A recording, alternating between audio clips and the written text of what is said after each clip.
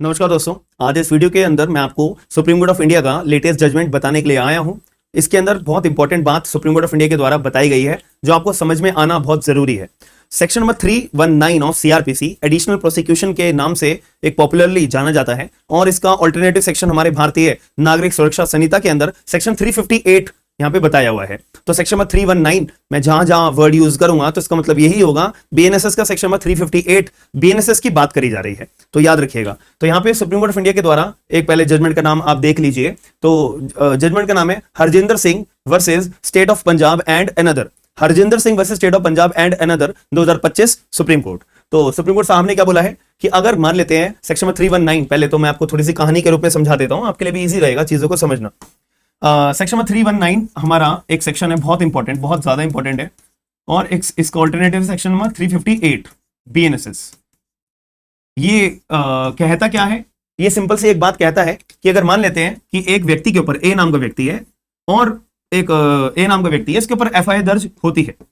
और जब एफआईआर दर्ज होती है तो पुलिस क्या करती है? पुलिस अपना सीधा इन्वेस्टिगेशन करना शुरू हो जाती है।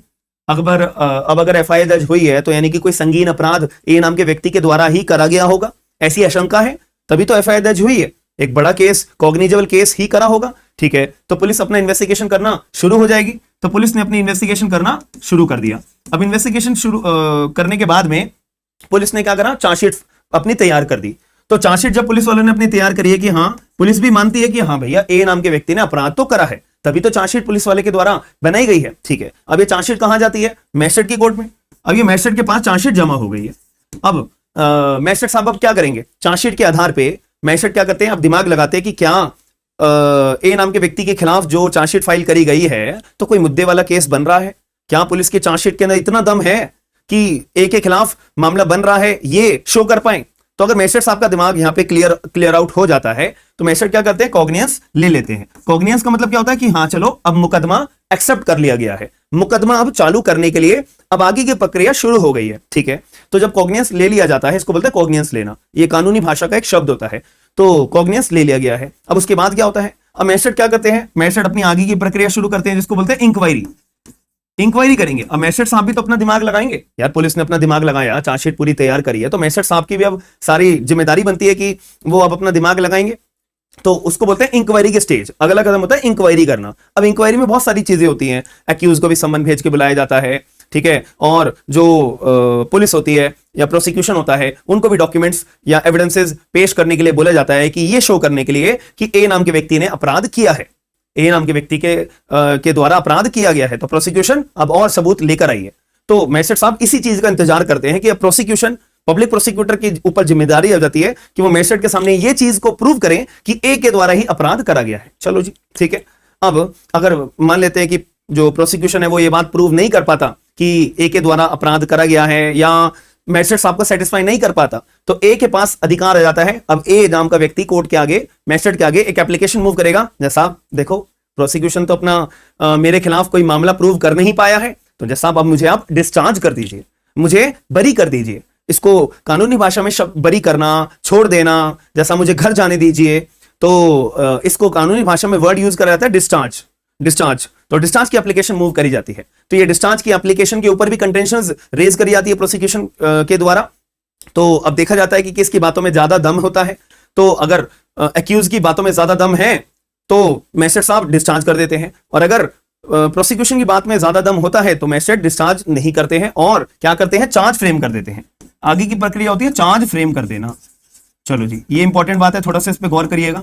मैं आपको यहाँ पे सर्कल भी कर देता हूं, आगे चल के आपको ये बात समझ में आएगी। चार्ज फ्रेम करने का मतलब क्या होता है कि अब जैसा आपके दिमाग में एक तरफा क्लैरिटी आ जाती है किस चीज की, कि हो ना हो अपराध करा है या नहीं करा है, बट अभी करंट डॉक्यूमेंट्स के आधार पे, चार्जशीट के आधार पे, एविडेंसेस के आधार पे एक तरफा जैसा आपको लगता है कि हाँ, ए नाम के व्यक्ति दाल में तो कुछ काला है, ए नाम के व्यक्ति तुमने कुछ ना कुछ तो करा है। चलो जी, ये बात भी हमारे को समझ में आ जाती है। तो फिर मैजिस्ट्रेट चार्ज फ्रेम करके, यानी कि अब एक्यूज को बताया जाता है कि एक्यूज तुम्हारे खिलाफ एफआईआर दर्ज करी है पुलिस वालों ने, प्रोसिक्यूशन ने तुम्हारे खिलाफ ये केस बनाया है, तो हम तुम्हारे को इन्फॉर्म कर रहे हैं कि तुम्हारे खिलाफ हम जो मुकदमा चलाएंगे, यानी कि ट्रायल जो चलाएंगे, वो फला फला सेक्शन के अंदर चलाएंगे, ताकि जब ट्रायल अपना चलाया जाएगा तो जब आपके पास अपने आप को डिफेंड करने का मौका मिलेगा ना, तो आप फला फला सेक्शंस के आधार के ऊपर ही अपने आप को डिफेंड करिएगा, ताकि आपको भी सारी की सारी क्लैरिटी मिलती रहेगी। चलो, चार्ज फ्रेमिंग हो जाने के बाद की अगली स्टेज क्या होती है? अगली स्टेज होती है, बहुत इंपॉर्टेंट स्टेज होती है। अगली स्टेज कौन सी होती है? बहुत इंपॉर्टेंट स्टेज चार्ज फ्रेमिंग के बाद मैं यहां लिख देता हूं, ट्रायल की स्टेज। अब हो जाता है ट्रायल शुरू। अब ट्रायल शुरू का मतलब क्या है कि अब एक्यूज यानी ए नाम का व्यक्ति या तो बाइज्जत बरी होगा या जेल में जाएगा। ये आखिर में ट्रायल खत्म होने के बाद डिसाइड कर जाता है, ठीक है। तो अब ट्रायल की जब अपनी स्टेज शुरू हो जाती है तो सबसे पहले प्रोसिक्यूशन विटनेस अपने आएंगे, ठीक है। प्रोसिक्यूशन विटनेस अपने आएंगे, वो अपने सबूत पेश करेंगे, ठीक है। अभी मैं यहां पे रोकता हूं। तो अब यहां पे पिक्चर में आ जाता है सेक्शन नंबर 319 सीआरपीसी, जिसको नए कानून के हिसाब से 358 बीएनएसएस का नाम दिया गया है। इसको पॉपुलरली क्या बोला जाता है? Additional prosecution.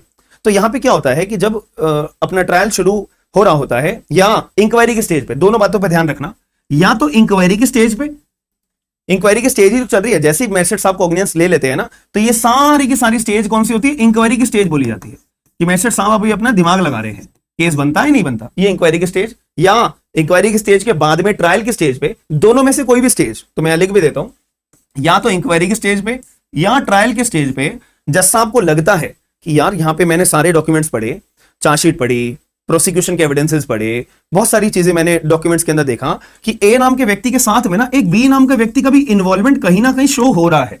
ए ने अपराध करा है, चलो ठीक है, वो ट्रायल के अंदर देखा जाएगा, but bar bar bar bar B नाम के व्यक्ति का भी जिक्र हो रहा है कि ए नाम का व्यक्ति चाकू मार के आया तो बी के साथ वो था, बी बाइक चला रहा था, या बी ने हाथ पकड़े थे, एक्सेट्रा। मैं आपको बस फिक्टिशियस कहानी बता रहा हूं ताकि आपको मुद्दे वाली बात समझ में आए, ठीक है जी।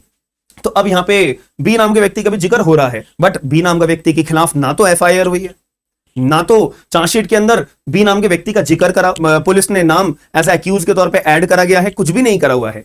तो अभी बी नाम का व्यक्ति अपने घर पे बैठ के भी चाय पी रहा होगा, हाँ है ना, सीधी सी बात है।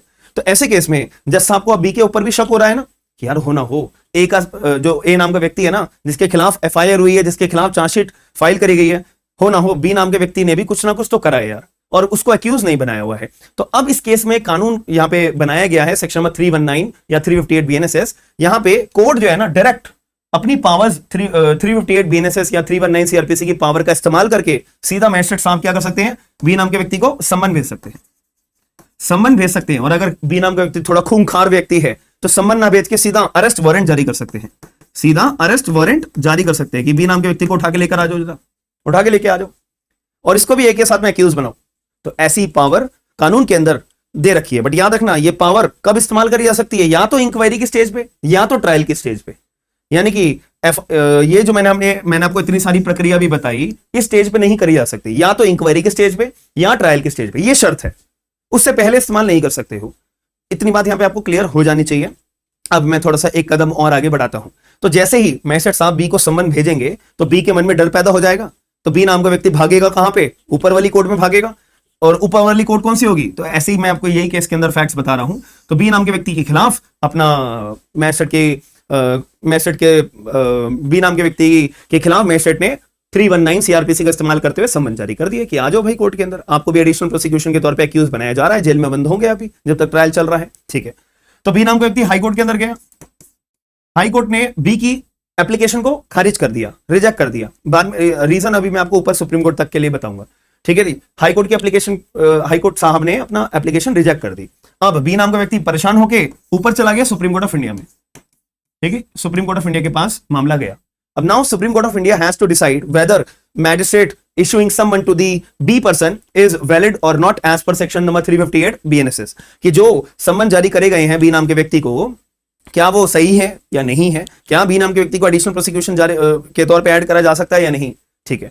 अब यहां पे जो बी नाम का व्यक्ति है ना, वो सबूत क्या पेश करना चाह रहा है? बी नाम का व्यक्ति जज साहब के सामने सबूत ये पेश करना चाह रहा है, साहब आप जो है मुझे 358 के आधार पे मुझे आप सम्मन जो भेज रहे हो ना, साहब आप मेरे को सम्मन क्यों भेज रहे हो?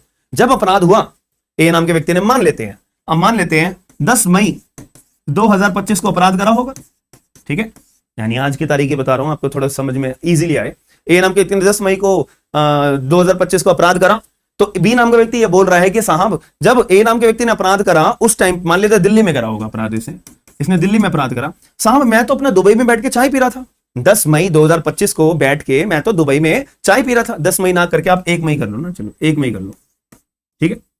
1 मई को जब ये ए नाम के व्यक्ति ने अपराध करा तो मैं तो दुबई में बैठ के उस दिन चाय पी रहा था, तो यानी कि मैं तो उस टाइम पे था ही नहीं। तो जब मैं था ही नहीं तो मेरा नाम एज ए एडिशनल प्रोसिक्यूशन में क्यों ऐड ऑन किया जा रहा है? अगर मैंने अपराध करा होता तो मैं बी के साथ में इन्वॉल्व होता ना, कहीं ना कहीं उसकी बाइक के पीछे बैठा होता, उसको चाकू पकड़ा रहा होता, विक्टिम के हाथ पकड़ के मैंने रखे होते, फिर ए ने चाकू मारा होगा, एक्सेट्रा एक्सेट्रा एक्सेट्रा। बट मैं तो दुबई में बैठ के मैं एग्जांपल दे रहा हूं दुबई, बट ऐसा दुबई के फैक्ट्स नहीं है, मैं आपको एग्जांपल दे रहा हूं। तो दुबई में बैठ के चाय पी रहा था। तो वैसे केस में जब कोई भी अक्यूज पर्सन कोर्ट के अंदर ये बोलता है कि जैसा घटना के स्थान पे जब घटना हुई थी उस टाइम पे मैं कहीं और था, मैं घटना स्थल पे मौजूद नहीं था, कानूनी भाषा में इसको एक नाम दिया गया है। इसको नाम किस नाम से पुकारा जाता है? इसको बोला जाता है प्ली ऑफ एलिबाई। इसको बोला जाता है प्ली ऑफ एलिबाई। अब प्ली ऑफ एलिबाई के रिगार्डिंग आपके कोई भी एग्जांपल्स हो सकते हैं, उनमें से एक एग्जांपल मैंने आपको दुबई में चाय पी रहा था वो बताया है। ठीक है जी, तो प्ली ऑफ एलिबाई बोलते हैं। ये हमारा सेक्शन नंबर आप अगर देखोगे तो इसका सेक्शन नंबर 11 होता है हमारा इंडियन एविडेंस एक्ट का, और अगर नए कानून के हिसाब से बात करें सेक्शन नंबर 9 ऑफ भारतीय साक्ष्य अधिनियम के अंदर दिया हुआ है। आप चेक भी कर सकते हो। ठीक है जी, तो अब सुप्रीम कोर्ट ऑफ इंडिया के honourable supreme court of India के सामने एक सवाल यहां पे आया कि weather if someone was issued under section 358 of BNSS or 319 of the CRPC of additional prosecution, so whether it is a legitimate ground to plead the plea of alibi to quash the summon issued by the magistrate court or not। ये सवाल supreme court of India के सामने आया कि अगर जो सम्मन जारी करे गए हैं 319 के, तो उनको क्वैश कराने के लिए अगर एक्यूज व्यक्ति अपनी एक प्ली रखता है कि जैसा मैं तो प्ली ऑफ एलिबाई में था, अगर प्ली ऑफ एलिबाई का अगर वो अपना ग्राउंड पेश करता है तो क्या ये लेजिटिमेट ग्राउंड होगा, क्या ये सफिशिएंट ग्राउंड होगा समन्स को 319 के समन्स को क्वैश कराने के लिए? ये सुप्रीम कोर्ट ऑफ इंडिया ने अपना डिसाइड करा। तो honourable supreme court of India ने बोला है नहीं भाई, नहीं, अगर कोई एक्यूज प्ली ऑफ एलिबाई का अपना ग्राउंड रेज करता है ना, करने दो, वो लेजिटिमेट ग्राउंड नहीं है 319 के समन्स को क्वैश कराने के लिए। बात खत्म हो जाती है। अब यहां पे एक छोटा सा मन में क्वेरी आती है, जो लॉयर्स हैं, एडवोकेट्स हैं, लॉ स्टूडेंट्स हैं जो ये वीडियो देख रहे होंगे, उनके मन में एक डाउट आ रहा होगा कि सर एक बात बताओ ना, ये 319 सीआरपीसी का जो सम्मन अगर जारी करना है तो किस हद तक सबूत चाहिए होंगे, किस हद तक सबूत चाहिए होंगे बी के खिलाफ जिसमें मैजिस्ट्रेट साहब सेटिस्फाई हो जाए? तो यहां पे याद रखिएगा, इस हद तक हमें सबूत चाहिए होते हैं कि सेटिस्फाई करने के लिए कि बी ने पूरा इन्वॉल्वमेंट है, बी का पूरा इन्वॉल्वमेंट है। अगर बी को एडिशनल प्रोसिक्यूशन पे जोड़ दिया गया ना, तो पूरी मतलब एक तरह से एक तरफा गारंटी होती है कि हाँ भाई कन्विक्शन तक मामला चला जाएगा। इस हद तक आपको सेटिस्फाई करना पड़ेगा, तब जाके इंक्वायरी और ट्रायल के स्टेज पे मैजिस्ट्रेट साहब क्या कर सकते हैं, 319 का अपना सम्मन जारी करेंगे। ऐसा नहीं है कि आपने थोड़ा बहुत सबूत दिखा दिया, जैसे आप देखो, ये देखो चार्जशीट पे उसका नाम है ना, चलो एडिशनल प्रोसिक्यूशन में बी नाम के व्यक्ति को भी सम्मन जारी कर दो। नहीं भाई, बहुत अच्छे लेवल के सबूत आपको चाहिए होते हैं, बियॉन्ड रीजनेबल डाउट तक नहीं, उससे थोड़ा सा कम, बियॉन्ड रीजनेबल डाउट से थोड़ा कम, और प्राइमा फेसाई केस से थोड़ा ज्यादा। ठीक है, प्राइमा फेसाई केस से थोड़ा ज्यादा और बियॉन्ड रीजनेबल डाउट से थोड़ा कम, तो वो आपको सबूत चाहिए होते हैं ये वाले सम्मन जारी करने के लिए। और ये मैं आपको चैलेंज करता हूं, ये बात आपको कोई नहीं बताएगा, पूरे यूट्यूब पे कोई नहीं बताएगा। I am just giving a challenge. और ये जो मैंने आपको ये पूरा एग्जांपल आपको बताया है, ये पूरी यूट्यूब पे आपको ये चीजें नहीं मिलेंगी, क्योंकि कोई बताता नहीं है ये चीजें, जो आपको डिटेल में ये चीजें पता होनी चाहिए। तभी तो जजमेंट के अंदर जो बातें हैं, ये इतना बड़ा जजमेंट जब भी तो बनता है। हर छोटी छोटी बात पे एक एक लाइन लिखी होती है जजमेंट के अंदर, जो पढ़नी पड़ती है, तब जाके आपको वीडियो के माध्यम से ये मैं आपको एक एग्जाम्पल के रूप में समझाता हूं। अब आप मेरी एक लाइन पढ़िए जो सुप्रीम कोर्ट ऑफ इंडिया के अंदर यहां पे बोली गई है। अब इस लाइन को पढ़ने के बाद आपके दिमाग में क्लैरिटी आ जाएगी। क्या लिखा है? Section number 319 CrPC summoning order can't be quashed based on alibi evidence of additional accused. कि अगर एक्यूज भाई हमारे प्ली ऑफ एलिबाई का ग्राउंड लेकर आते हैं, क्या करने के लिए, जैसा मेरे ऊपर जो आपने सम्मन ऑर्डर जारी करा है ना 319 सीआरपीसी का, उसको क्वैश कर दो। क्यों? जब घटना स्थल पे जब घटना हुई थी ना, जो मेन एक्यूज है उसके साथ मैं तो था ही नहीं, मैं तो दुबई में बैठ के चाय पी रहा था। प्ली ऑफ एलिबाई तो ये रेज करा जा सकता है? नहीं करा जा सकता। ठीक है, और अगर वो रेज करता भी है तो क्वैश नहीं हो सकता। एक्यूज बी नाम के व्यक्ति को एज एडिशनल प्रोसिक्यूशन ऐड करा जाएगा जाएगा जाएगा। तो आई होप आपको ये वाली चीजें समझ में आई होंगी।